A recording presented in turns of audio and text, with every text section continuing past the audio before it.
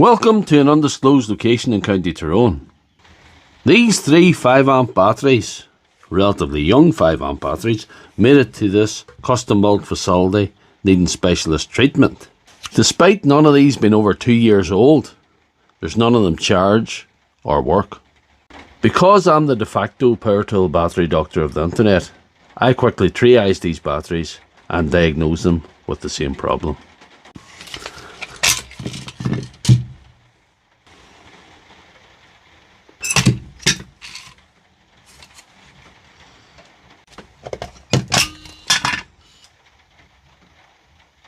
They're all suffering from broken connections.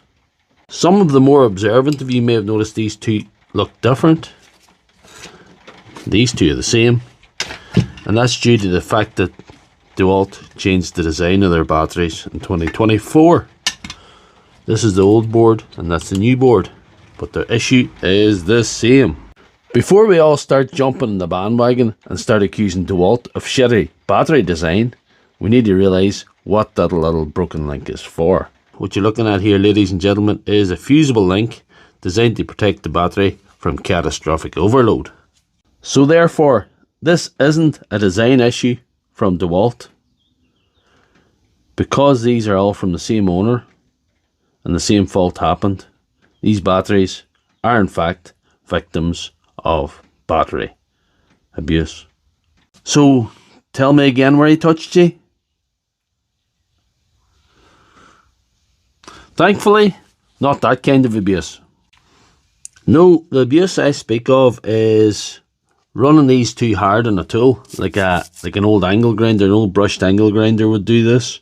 Or if you jump start your battery from another battery, or some sort of other kind of overload. I have seen people bring these to me that have used them to try and start a tractor.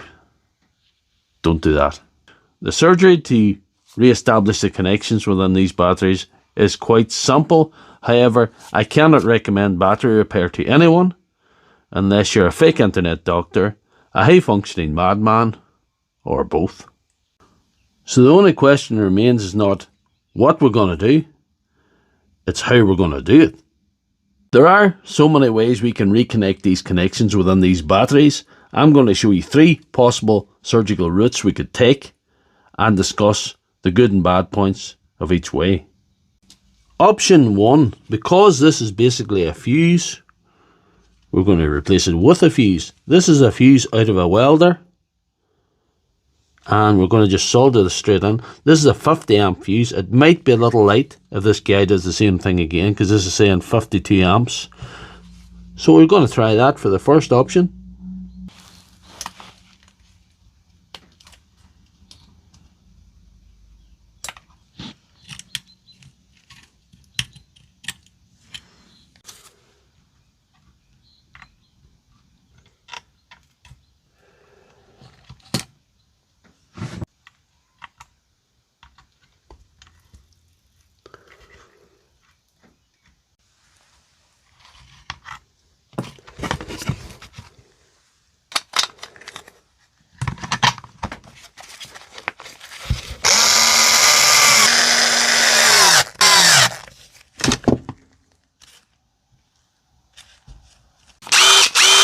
I'm calling that fixed. There are good points and bad points to that surgery. However, the good point is I have replaced a fuse with a fuse, so in the case of an overload, it will protect the battery and the user.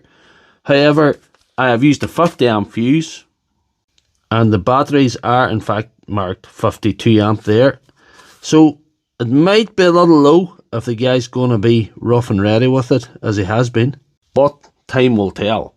Surgery 2 involves this bit of nickel strip. This is the kind of little nickel plate that I use to rebuild and repair the batteries here in this facility. We're going to cut a bit off this, and again do the same as we did before with the fuse.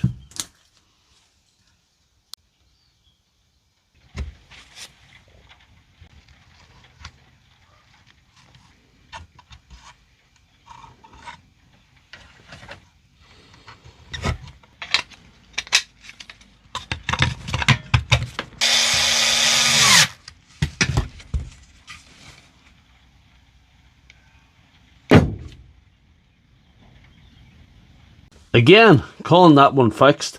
However, that one does need a little bit of charging. To discuss the downside of that particular surgery, this material, I don't know what ampage it's rated to. I don't know how much it's going to take to burn that out. In the case of an overload, it's not incredibly strong material. It will burn out. I have really no doubt if he's as aggressive with them as he has been in the past. But that is a downside. Again, time will tell. So the third possible surgical route for this is made possible because this is an older style battery.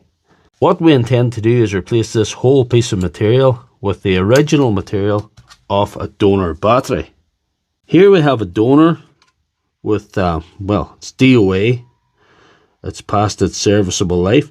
However, it does have this piece intact, so we can just do a full transplant there. And it does in fact have a donor card.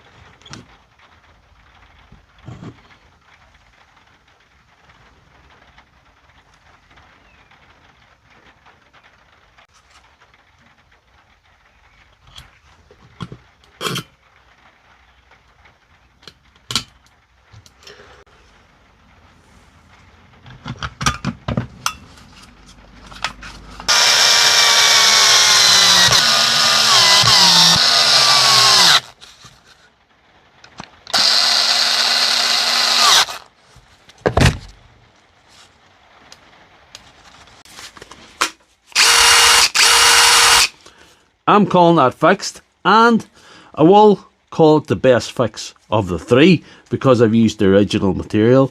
It will feel at the same point as the original would have, so therefore it's a perfect fix.